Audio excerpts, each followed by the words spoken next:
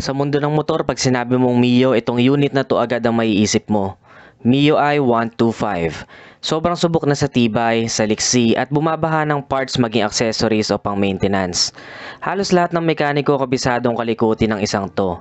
It's a household name. Kaya naman labis akong na-excite nang malaman kong may bagong kulay na dumating. Halina't silipin natin yan ngayong araw sa vlog na ito. This is Nel Adriano and let's dive right to it.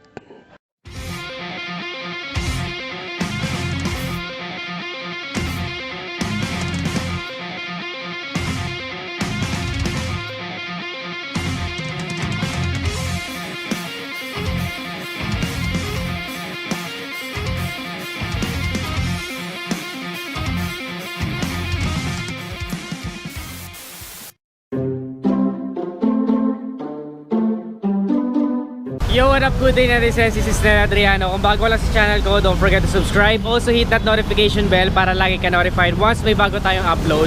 For today's vlog, nandito ako ngayon sa Yamaha Platero Motor Trade, Piñan, Laguna. Kasi isa sa mga trusted na motor is yung Mio. So natuwa ako kasi may bagong lumabas na kulay ng Mio. Yun yung gusto ko silipin ngayong araw.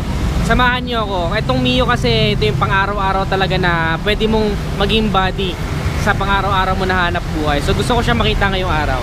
So without further ado, pasok tayo sa loob. Tara!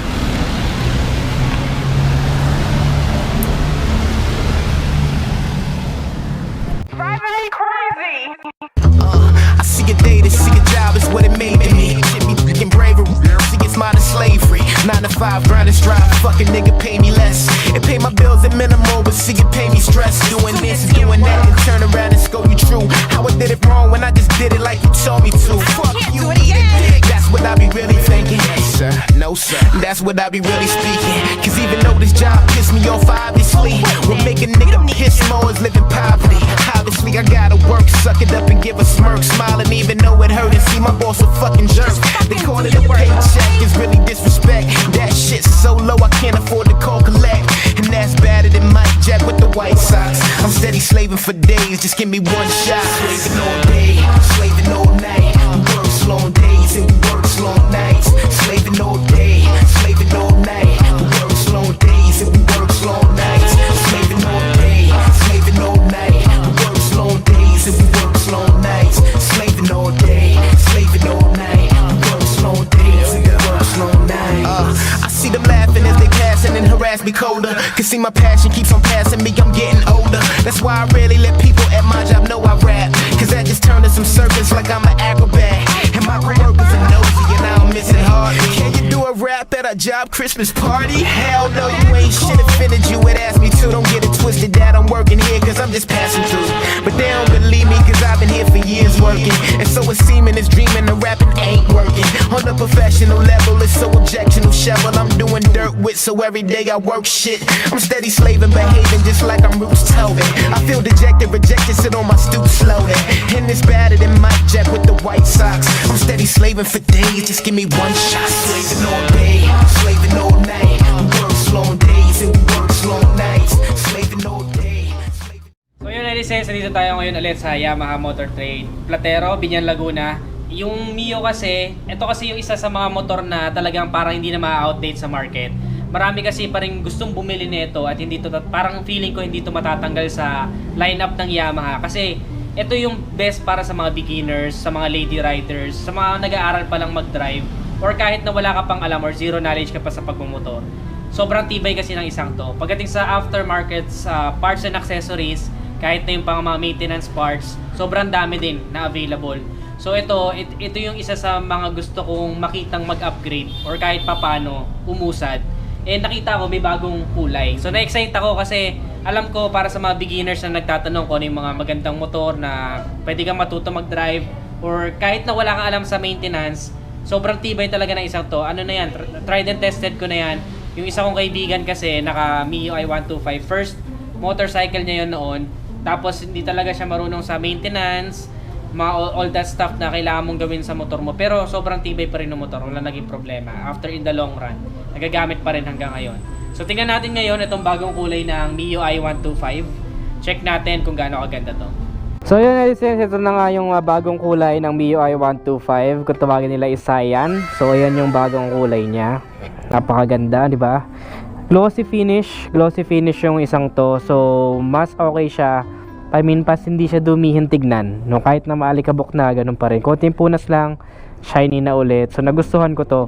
Nagustuhan ko na kahit papaano nag-i-innovate yung MIUI lineup, kahit sa kulay lang, kasi itong MIUI talaga is very good for beginners, no, sa mga hindi pa marunong masyado sa motor, sa maintenance. Dito masarap pag matuto kasi basic features, very compact ang motor. So lahat ng basic features na kailangan mo nasa kanya na. Matipid sa gas kasi FI na or fuel injected na ang isang to, and meron pa siyang Blue Core technology. Ayan, Blue Core gives you more power with less fuel. So okay na okay pa rin siya, wala kang problema pagdating sa fuel consumption. Tapos itong part na to parang medyo carbon fiber look, pero plastic pa rin yan, yung part na yan. Bulb type pa yung signal lights, and bulb type pa rin yung headlight nya. So pwede naman papalitan to ng mga aftermarket parts. Kung gusto mo LED na, bumili lang naman papalitan dyan, pwede ng LED yan. Tapos ito sa part na to meron lang decals ng MIUI, tapos I125. So parang gradient na violet yung kulay naman dito. Dito nakalagay MIUI, tapos may Yamaha logo naman dito. Pagdating naman sa gulong, sa mags niya, meron din siyang decals. Ayan, para mga broken lines, puti, sabay gradient na parang pink papunta sa violet. Yun yung nakikita kong decals niya na nadagdag. Tapos sa gulong is tube type pa yung gulong niya. Ang size sa unaan is 70 by 90 by 14 inches wheels. Ayan yung mga talagang nasa gitna mid category ng wheels na talagang maganda yung handling. Tapos manipis lang siya, so para madali siyang i-maneuver, i-balance. Ang problema lang pag manipis yung gulong, syempre pagdating sa high speed medyo mas unstable siya, lalo na pag nakasagasa ka ng mga batong malalaki. Ayun, pero maganda yun, may balahibo pa nga eh. IRC tires pa rin to, alam ko eh. So ako personally nakagamit na ako nito. Ayun, IRC tires pa rin siya. Nakakatagal siya ng up to 15,000 odometer. No joke yun, na nakakatagal siya, hindi siya madulas. Hindi yung tipong palitin agad. Problema lang kasi kapag tubeless yung tires, kapag tube type pa yung tires compared sa tubeless, parang mas mabilis ma-flat. Tapos yun nga, parang mas lagi na fa-flatan. Yun lang yung parang puna ko. So yan, very neat yung design niya sa unahan. Ito, masasalo niya dito lahat ng putik, ng dumi. So madali siyang linisin. Tapos dito din may parang carbon fiber dito sa kabila para maliwanag. Yan, parang carbon fiber. Tapos may parang for aerodynamic styles dito na design.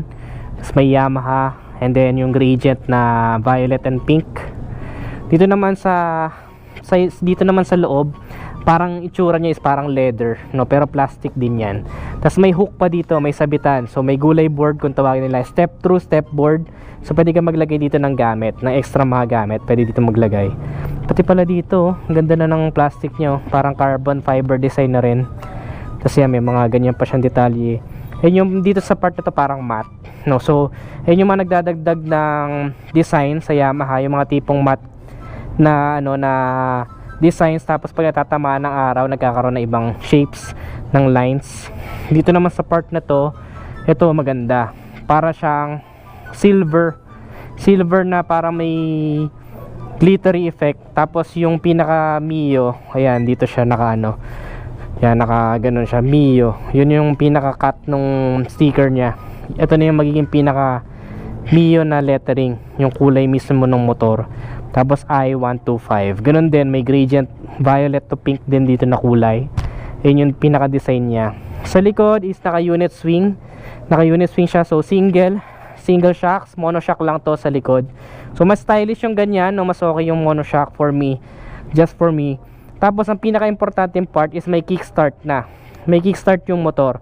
So hindi ka makakamba na pagdating sa long rides, bawa mapunta ka sa mga isolated na lugar, is tulak ka na parang kotse kung walang kickstart. Ito, kahit na malobat yung baterya mo, pwede mo pa rin mapastart yung motor. So yun yung maganda sa maganda sa kickstart. Pampalubag loob na hindi ka matitirikan or kung ano man, kailangan mo pang pa-start yung motor, may kickstart ka as a reserba. Sa likod naman is 80 by 90 by 14 MC tube type pa, 40p. Tapos, ayan, naka-black pa rin yung mags niya. So, tube type pa rin yung gulong sa likod. Mas malaki lang ng konti compare sa unahan. If I'm not mistaken. Ayan, 80 by 90. Tapos, sa likodan naman, ayan yung tapalodo niya. Very neat yung design kasi kung makikita nyo, malapit yung gulong sa tapalodo. So, hindi tatalsik kung saan yung dumi. May stay lang siya dyan. Very neat. Tapos, meron pa siyang ganito dito sa loob. So, ayan, mag-stay dyan yung mga dumi. No? Tapos, sa likod naman is ganun din. Itong gusto ko sa mga ganitong klase ng tail light kasi compact siya. Wala siya yung mga nakalitaw dito na signal lights. So, itong mga nakalitaw dito na signal lights kasi pwede mabali yun eh. Pero yung ganitong compact na signal na tail light, parang wala ka na intindihin sa likod. So, may reflectorize siya dito. Ayan, reflectorize. Tapos yun, okay naman yung quality niya. Very malleable yung mga fairings niya, kahit yung heat guard napakaganda ng quality. Kasi yun pa rin, same pa rin yung tambucho niya, air cooled, single overhead cam, 4-stroke, single cylinder, tapos 2 valves. So yun yung kanyang engine. Ang compression ratio nito is 9.5:1. Compare mo halimbawa sa NMAX, 10.5:1 yung compression ratio nun. Tapos yung Aerox naman is 11.6:1 yung 2021 na version. So konti lang yung difference, no? So pagdating sa torque acceleration, nakikipagsabayan pa rin siya kahit na 125cc lang siya. Kayang-kaya niya pa rin may pagsabayan. Hindi of course niya may bibigay yung power unlike sa 155cc, pero nakakasabay. Yun yung maganda doon. So hindi ka pa rin mapag-iiwanan. Patulan yung motor na to kasi yung iba nakakakuha dito ng 110 to 115. Depende talaga yan sa driver's weight, sa kondisyon ng kalsada. So depende kung ano yung top speed, no. Naka-analog display pa rin yung kanyang panel gauge. Naka-analog display pa rin. Basic information yung makikita ninyo. May speedometer dito sa gitna. May fuel gauge. May tatak ng Yamaha na maliit dito. Ayan. May engine check. So kapag umiilaw yan, may problema sa engine mo. Usually umiilaw to kapag ka nagpalit ng tambucho. Yung iba, kasi dun siya usually na umiilaw. Or kapag may problema sa computer box, umiilaw yan. Tapos turn signals, isa lang. So ito yung parang point for improvement ko sa kanya. Sana pinaghiwalay nila para alam mo kung ano yung umiilaw, kung left ba o right. Isa lang kasi yan eh, either left or right. Ito lang yung iilaw. Tapos dito naman is may echo indicator. Once na umiilaw yung echo indicator, meaning to say mas matipid ka sa gas. Pero kapag hindi yan umiilaw, dalawa lang ibig sabihin nun, either hindi umaandar yung motor or masyado ka na nagwawalwal. Marireach mo yan at certain RPM. So sa piga ng throttle, average fuel consumption kasi nito is around 45 to 55 kilometers per liter. Of course, depende pa rin sa throttle control ng driver, throttle hobby natin. Kung walwalero tayo, of course, mas malakas siya sa gas. Yung side mirrors niya, still bilog. Yun yung mga bilog type na side mirror. So ito yung mga pwede nyong palitan para maging mas stylish yung motor. Pero for me, very useful kasi itong stock na side mirror kasi kita mo pa rin yung mga nasa paligid mo, kaliwat kanan. So bago ka tumawid, bago ka lumiko, talagang useful siya. Unlike ng mga maliliit na pinapalit nila, actually bawal pa nga yun eh. Kailangan at least 4 na daliri kasya no, sa side mirror mo. So ayan, for me okay na yan. Hindi siya overextending eh, yung tipong masasabit ka sa mga kasabayan mong jeep or kotse. So okay pa rin sa akin yung stock side mirror niya. Sa buttons naman sa kanan, mayroong push start. Dito yung throttle of course. Tapos high beam, low beam. Tapos signal lights, turn signals. May pindutan sa gitna para kung gusto mong patayin. So mas maganda na sanayin mo yung sarili mo na pinapatay yung signal light, no? Para mas safe. And then busina. Ayan, busina. Nasa kaliwa. Tapos yung brake lever niya, ayan o, meron siyang park brake lock. Napaka-importante ng park brake lock. Maliit na bagay yan, pero safety feature yan. Kapag halimbawa nasa stoplight ka, tapos ayaw mo maatrasan yung nasa likodan mo, so magpa-park brake lock ka para hindi umikot tong rear tire. Ayan, hindi na siya iikot. Pero kapag tinanggal mo yung park brake lock, iikot yan. So yan, pa-park brake lock ulit natin. Importante din to kung halimbawa pa-decline pababa yung mga nadadaanan mo. Hindi siya gugulong, hindi siya mag-i-slide. So very important na may park brake lock, no? Tapos meron siyang side stand sensor. So kapag naka-side stand, hindi mo mapapastart ang motor. Kung naka-start ang motor, nag-side stand ka, mamamatay siya. So yun yung maganda doon. Yan, may center stand din siya. Ayun nga, Ang pinakamahalaga is yung kickstart. Yun yung pinaka nagustuhan ko sa kanya. Very neat yung design niya. Basic na basic yung motor, no? Pero kung tutusin, lahat ng kailangan natin sa pang-araw-araw nandito. Yung upuan naman niya, ayan, medyo mas madulas. Ay, hindi eh, kasi may mga ganito pala siyang details. Hindi siya ganun kadulas, no? Mukha lang siya madulas, pero ayan, may mga details pa rin siya na parang leather na seat cover. So, okay naman siya. Testing natin. Di naman madulas. Ito, madulas na nga itong jogging pants ko, pero hindi naman ako nadudulas dito. So, okay naman siya. Very generous, sapat na para sa angkas at sa driver. Hindi siya ganun kalapad, so hindi ka bubuka ka. Sa mga nagtatanong kung anong height kaya mag-drive nito, so I'm around 5'3 to 5'4 in height, depende sa sapatos. So ayan, abot na abot naman siya, no, kahit naka center stand to. So I think kahit na mga 4'7 na babae, kayang-kayang i-drive to, kahit mababa pa. Tapos yung mga mas matatangkad naman, kayang-kaya pa rin kasi malawak yung legroom. So hindi ka maiilang. Yan, may gulay board, so pwede ka maglagay ng mga extra gamit dyan. So ayun yung kanyang seat preference. Buksan natin kasi may seat storage to eh. So yan, seat storage niya, I think this is around 10 liters siguro itong seat storage na to. So of course hindi kaya ang full face helmet dito.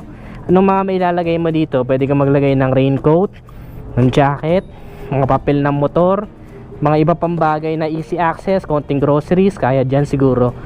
Pero may sabitan naman siya, so pwede mo isabit dito yung helmet mo dyan, tapos sarado mo yung motor. Hindi na yun basta-basta makukuha unless nagupitin nila yung yung strap ng motor mo. So ang fuel tank capacity nito is 4.2 liters. Para sa akin okay na yon, hindi ka na mabibitin doon kasi nga sobrang tipid naman siya sa gas. So malayo na rin mararating mo sa 4.2 liters na fuel tank capacity. So okay na rin siya for me, no? Hindi na rin ako nabibitin doon. Pero kung mas kaya panlakihan, mas okay para less ang instances na magpapagas ka. Ayun naman, parang matte naman to. Noon kasi parang glossy to eh, yung paint job dito. Parang hinalin tulad nila yung kulay nito sa kulay ng decals dito. Parang silver siya na matte, pero may mga parang glittery effect pa rin. So may mga tanda pa siya, oh. May quality, dumaan talaga sa quality control. So magtitiwala ka talaga. Maganda yung pagkaka-mount ng grab bar, very reliable. Pwede ka maglagay din dyan ng top box kung gusto mo ng helmet. So pwede ka maglagay ng top box. Marirecommend kong top box is yung G-Star. Ayun yung G-Star top box. Bagay yun dito sa motor na to, yung G-Star na top box. Yung air-cooled system, huwag kayo mag-alala dyan dahil ilang beses ko na naipang long ride after 16 hours of ride, hindi pa ako natirikan kahit isang beses sa air-cooled system kasi less than 200cc naman yung motor, so very compatible ang air cooling system sa ganitong klase ng motor. So less pa rin. Syempre pahinga rin para ma-make sure mo na hindi ka mag-overheat. Pero don't worry, kahit na air-cooled pa siya, hindi yun magiging problema. Napakaganda rin ng tapakan na angkas, oh. Very good yung quality niya. Naglalak siya into place. Pati yung tapakan ng driver, ayan, oh. Maganda yung quality. Hindi parang cheap quality plastic. Pati ito, very malleable naman siya, oh. So hindi siya basta-basta agad nababasag kahit na mabunggo ka. No, hindi siya yung brittle or malutong na cheap quality plastic. Ito nag-absorb to ng impact. So just in case madisgrasya, may makabunggo ka, hindi siya agad-agad mababasag. Ang madaming aftermarket parts and accessory niya, isa sa mga magugustuhan mo sa kanya. Kahit saan ka pumunta, may available parts, either genuine parts, maintenance parts, aftermarket parts, accessories, marami talaga available. Yun yung isa sa selling point sa akin ng MIUI 125. May mga bulsa din siya dito, pwede ka maglagay ng baso, ayan. Easy access naman sa kabila, coins, ayan, pwede ka maglagay dyan. So yun, meron siyang mga ganyang option, no? So very convenient, nagpapadagdag convenience yung ganyang mga packets, no? Yung mga maliliit na bagay, it all add up kapag ka nagdadrive ka na ng motor. So wag natin take for granted yung mga ganong bagay. So ayan, netizens, para sa mga magtatanong kung magkano tong cyan na color ng MIUI 125, kasama natin ngayon yung isa sa mga staff nila, si Sir Mark, para magsabi sa atin ng price. Magkano po yung cyan na MIUI 125? Ang cyan na MIUI 125 natin 2021 is 72,400. 72,400. Yes, so sa installment naman, pag mag-a-avail tayo, so kaya ang requirements natin is 2 valid ID, Okay. payslip, 2 Okay. pieces of 2x2 pictures, saka proof of billing. So, ang down payment naman natin is 5,000. Okay. Tapos, yung monthly natin for 3 years is 3,622. So, pag updated, may less 200 pa po tayo doon. Na rebate. Yes. So, magiging 3,422. Okay. So actually meron pa tayong ibang kulay, hindi lang itong Cyan. So just in case gusto niyo ng ibang kulay, may S version. Ito S version to, may stop and start system. Kung gusto niyo mapanood next vlog, just comment down below. May kulay yellow, may magenta, tapos may kulay matte blue din. So visit lang kayo dito sa Motor Trade sa Platero, Binyan, Laguna, Yamaha. Exclusive for all Yamaha units. Marami pa dyang ibang units. Hanapin nyo lang yung mga staff nila dito. Very accommodating naman. Sir Mars, Sir JM. Doon pa sila. Yung mga nandun pa yung iba. So, medyo ano na kasi pa-close na rin yung store. So, basta until, 8 a.m. ba? 8 a.m. ba bukas? 8 a.m. to 5 p.m. 530. At to 5:30. So, yun. Visit lang kayo dito. Madami pang unit na makikita kayo. So, ano pa yung iba yung motor na gusto mapanood next vlog, just comment down below. Kung nagustuhan mo, don't forget to give this video a thumbs up. Subscribe. Again, this is Ned Adriano. Always keep it cool and ride safe always. Bye now.